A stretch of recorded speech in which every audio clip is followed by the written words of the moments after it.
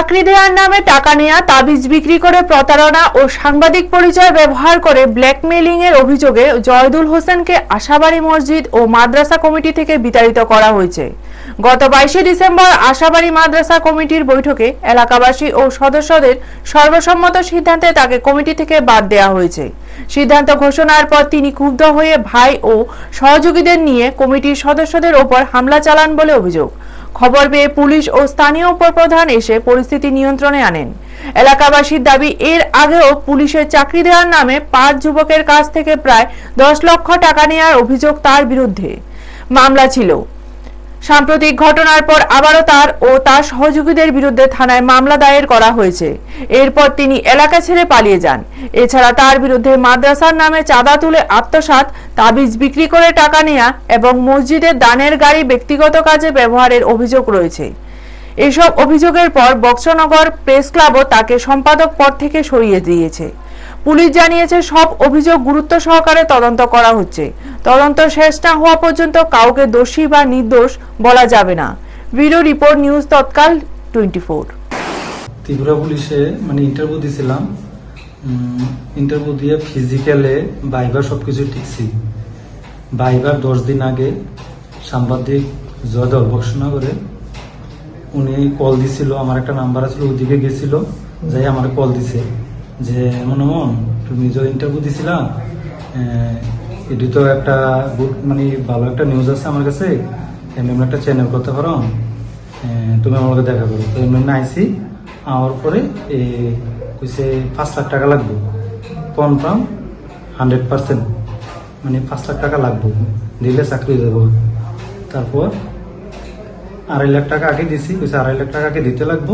2 লাখ টাকা জোগাড় করছি, কারণ ক্যাশ টাকা তো হাতে থাকে না। 2 লাখ টাকা দিছি, তারপরে কোনা 50,000 আরো লাগবে। তো আমার থেকে 50,000 নিছে। নেওয়ার পরে এরপরে আমার কাছে আরেক ঘন্টা নিছি, তুমি ডরাইও না।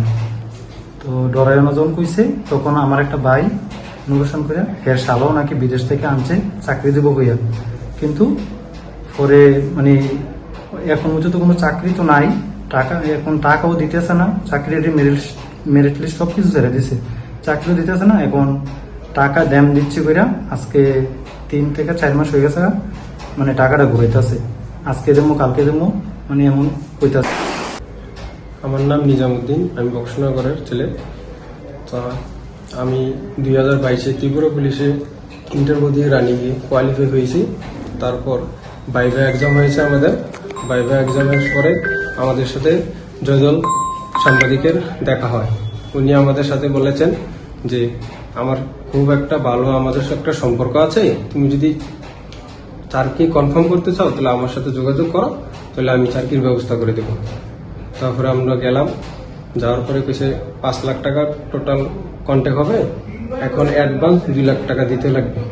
তা আমি ওনার বাড়িতে গিয়ে ওনার অফিসে 2 লাখ অ্যাডভান্স দিয়েছি। দেওয়ার পরে আমরা থেকে 100-এ 100 কনফার্ম দিয়েছে যে চাকরি দিবে। তারপর আমরা এখন ওনার কাছে কল করি, কল ধরে না। ওনার কাছে কল দিলে আমাদের ডেট দেয় যে আজকে না কালকে। ফলে মসজিদ হয়, কারো ব্যক্তিগত টাকা বা অর্থ দিয়ে মসজিদ হয় না। সে এটাও প্রচার করছে যে তার ব্যক্তিগত টাকা দিয়ে নাকি মসজিদের গেট দিছে। আমি সোশ্যাল মিডিয়ার মাধ্যমে এই বার্তাও দেবো, সে যেন তার ব্যক্তিগত টাকার দেওয়ার জিনিসটা যেহেতু সে প্রচারে আনছে, সে যেন এটা খুলে নেয়। এটা আমি সোশ্যাল মিডিয়ার কাছে আবদার রাখবো, তার কাছে যাতে পৌঁছায়।